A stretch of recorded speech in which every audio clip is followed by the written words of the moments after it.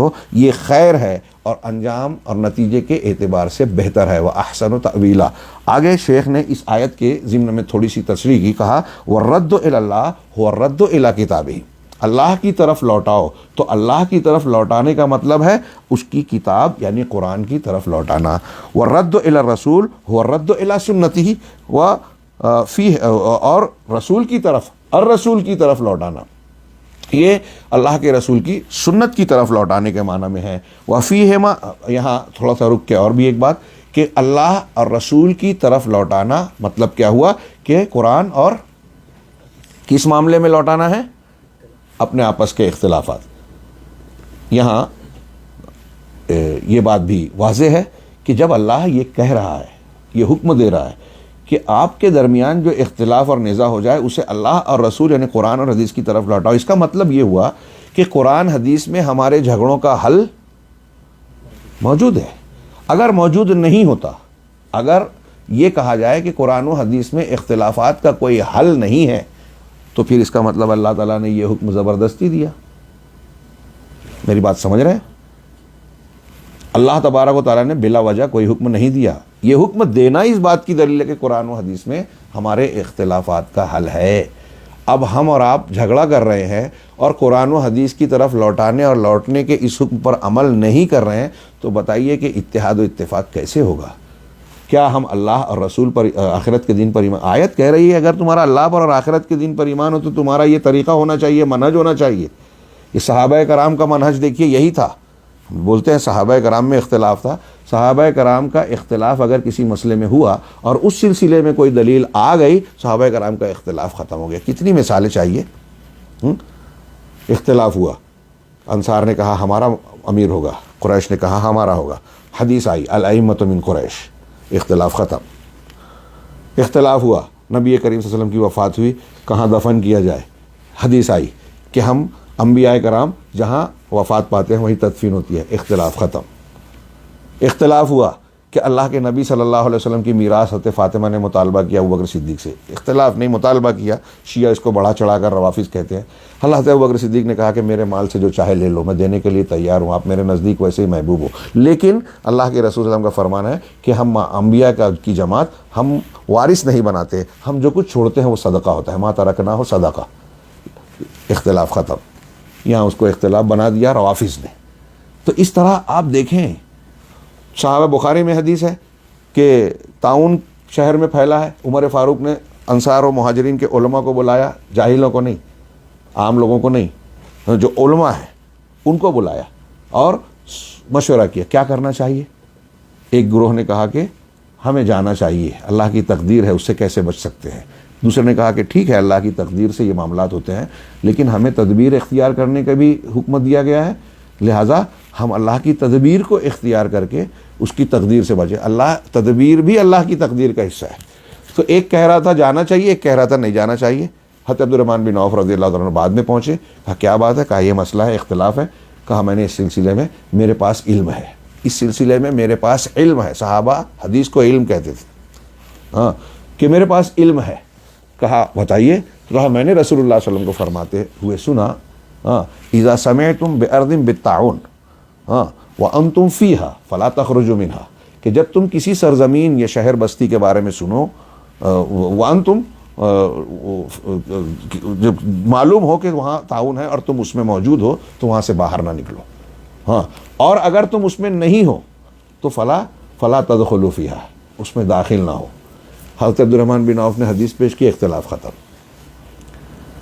اختلاف کیوں ہوا تھا؟ وہ حدیث نہیں معلوم تھی, یہ اختلاف کی ایک وجہ ہے. حق پر وہ بھی تھے جنہوں نے اختلاف کیا, قرآن حدیث کو ماننے والے وہ بھی تھے. کوئی یہ الزام نہیں لگا سکتا نا کہ اللہ کے رسول کی حدیث جب ایسے تھی تو پھر ان لوگوں نے مشورہ یہ کیوں دیا. اس وقت حدیث معلوم نہیں تھی تو دماغ سے غور کیا, لیکن جب حدیث آ گئی تو اپنا دماغ کنارے چھوڑ دیا کہ اب کوئی سوال ہی پیدا نہیں ہوتا. حضرت علی کہتے ہیں کہ اگر دین کا مسئلہ رائے پہ ہوتا تو میں موزے کے نچلے حصے پہ مسا کرتا, اوپر نہیں. عقل یہ کہتی ہے کہ دھول دھپا کہاں لگتا ہے, پیر میں, نیچے کی طرف. اگر مسا کرنا ہے تو عقل کہتی ہے کہ نیچے. حضرت علی کہہ رہے ہیں یہ, ہاں, لیکن چونکہ اللہ کے رسول صلی اللہ علیہ وسلم کا یہ حکم ہے کہ اوپر کرنا چاہیے, اس لیے سنت اور دین کا طریقہ یہ ہم وہی مانیں گے. ملاحظہ فرمائیے یہ کتنی صاف باتیں ہیں. ہاں لیکن ایک شخص اگر دین کے سلسلے میں خصومات کے راستے کو اختیار کرتا ہے تو وہ ان اصولوں کو اپنے پس پشت ڈالتا ہے اور اللہ اور اس کے رسول کی باتوں کے فیصلے کی بجائے اپنے عقل کو فیصل مانتا ہے. اور عام طور سے جتنی گمراہیاں، جتنی بدعات اور تفرق دین اور اسلام میں لوگوں نے اختیار کیا، ان کا بنیادی سبب یہی ہے کہ انہوں نے قرآن و سنت کو آخری فیصل نہیں مانا. میں نے بات یہاں سے شروع کی تھی کہ قرآن کی آیت کہہ رہی ہے کہ جھگڑا ہو تو اللہ اور رسول کی طرف، یعنی قرآن حدیث کی طرف لوٹاؤ. اور ہمارے یہاں ایک رجحان یہ بنا ہوا ہے کہ نہیں، اختلافات تو چلے آ رہے ہیں، یہ قائم رہیں گے. اختلافات کا قائم رہنا امت کی آزمائش اور عذاب کی بات ہے، بالکل درست ہے. ھذا امر قد قدر، یہ تقدیر کا فیصلہ ضرور ہے، لیکن یہ اچھا نہیں ہے. اب شرک بھی قیامت تک رہے گا، کفر بھی رہے گا، تو کیا کوئی یہ کہے کہ چونکہ شرک چلا آ رہا ہے اور قیامت تک رہے گا اس لیے میں شرک کر رہا ہوں تو کوئی بات نہیں، کفر کر رہا ہوں تو کوئی بات نہیں. ایک آدمی چوری کر رہا ہے، ایک آدمی کسی کی جان مال عزت و آبرو پہ ہاتھ ڈال رہا ہے تو کہے گا کہ یہ تو قابیل کے زمانے میں قابیل نے قتل کیا تھا، آج میں کر رہا ہوں تو کون سی بری بات ہے، اور آگے بھی ہوتا رہے گا. کیا یہ جواز کی دلیل ہے؟ لیکن ہمارے یہاں لوگ دین میں تفرق کو، فرقہ بندی کو، اپنے اپنے غلط منہج اور موقف پر قائم رہنے کو یہ دلیلیں دے کر اپنے آپ کو تسلی دیتے ہیں. قرآن کہہ رہا ہے یہ نہیں چلے گا. اللہ پر اور آخرت کے دین پر ایمان ہے تو آپ اپنے منہج، اپنے دین کے اختلاف کو قرآن و حدیث کی طرف لوٹائیں. ہاں، کون ماننے کے لیے آج تیار ہے؟ بہت کم لوگ ایسے ہیں جو مانتے ہیں اور بدعتی مناہج سے توبہ کر کے سلفی اور حق منہج صحابہ کا طریقہ اختیار کرتے ہیں. تو شیخ آگے کہہ رہے ہیں کہ قرآن اور حدیث اللہ کی طرف لوٹانے، رسول کی طرف لوٹانے کا مطلب ہے اللہ کی کتاب اور رسول کی سنت. اور آگے کہا وَفِيهِمَا سَعَادَةُ الْعِبَادِ، انہی دونوں میں بندوں کی سعادت ہے. صاف کلیئر بات. کوئی ہے دنیا میں جو اپنے آپ کو مسلمان کہے اور یہ کہے کہ قرآن حدیث کی ضرورت نہیں ہے؟ وہ کہے گا تو کافر ہو جائے گا، اس کا انکار کرے گا تو. ہاں، انہی دونوں میں اللہ نے نازل کیا ہے انسان کی کامیابی کا نسخہ. رسول اللہ صلی اللہ علیہ وسلم نے وفات سے پہلے کہا، جو سب مانتے ہیں، کہ دو چیزیں چھوڑے جا رہا ہوں، جب تک ان کو مضبوط پکڑو گے تو کبھی گمراہ نہیں ہوگے، مطلب ہدایت پہ رہو گے. تو معلوم یہ ہوا کہ یہی دو چیزیں، اللہ کی کتاب اور اس کے رسول کی سنت، ہاں محمد صلی اللہ علیہ وسلم کی سنت، یہی دونوں سعادت کی بنیاد ہیں. اور آگے کہا وَاجْتِمَاعُهُمْ وَقُوَّتُهُمْ، یہی دونوں ان کی اجتماعیت اور ان کی قوت ہے. ہاں، سنت کو مضبوط پکڑنا جماعت ہے. امام بربہاری کا جو قول ہے، جو میں نے پچھلے امام شافعی کے قول سے جوڑ دیا تھا، ان کا کہنا ہے السنت ہی الجماع والجماعت ہی السنہ، سنت ہی جماعت ہے اور جماعت ہی سنت ہے. امام شافعی کا قول جو ہم نے پیچھے پڑھا کہ سنت اسلام ہے اور اسلام سنت ہے. امام بربہاری نے کہا سنت جماعت ہے اور جماعت سنت ہے. اس کا مطلب یہ ہوا کہ جو سنت سے ہٹے گا وہ جماعت سے ہٹے گا، ہاں، اور جو سنت کو مضبوط پکڑے گا وہ جماعت سے جڑ گیا. اب وہ اکیلا کیوں نہ ہو؟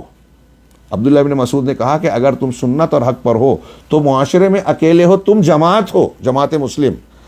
تو اس لیے ہمارے آج کے دانشوران اتحاد و اتفاق کی غلط دعوت پیش کرنے والے غور کریں کہ وہ سنت کو چھوڑ کر بدعت کو اختیار کر کے غلط اور صحیح منہج کو ملا جلا کر اتحاد کی جو بات کرتے ہیں، وہ قرآن و سنت کی ان واضح صاف تعلیمات اور سلف کے ان اصولوں جو قرآن و حدیث سے مستفاد ہیں، ان کی کھلی اور صریح مخالفت کرتے ہیں. اور ان کا یہ کہنا، جیسا کہ میں نے کہا، کہ محض خواب کی باتیں ہیں، حقیقت سے دور ہے، یہ حقیقت سے ملنے جلنے والی یا نیچرل اور پریکٹیکل بات ہرگز نہیں ہے. چنانچہ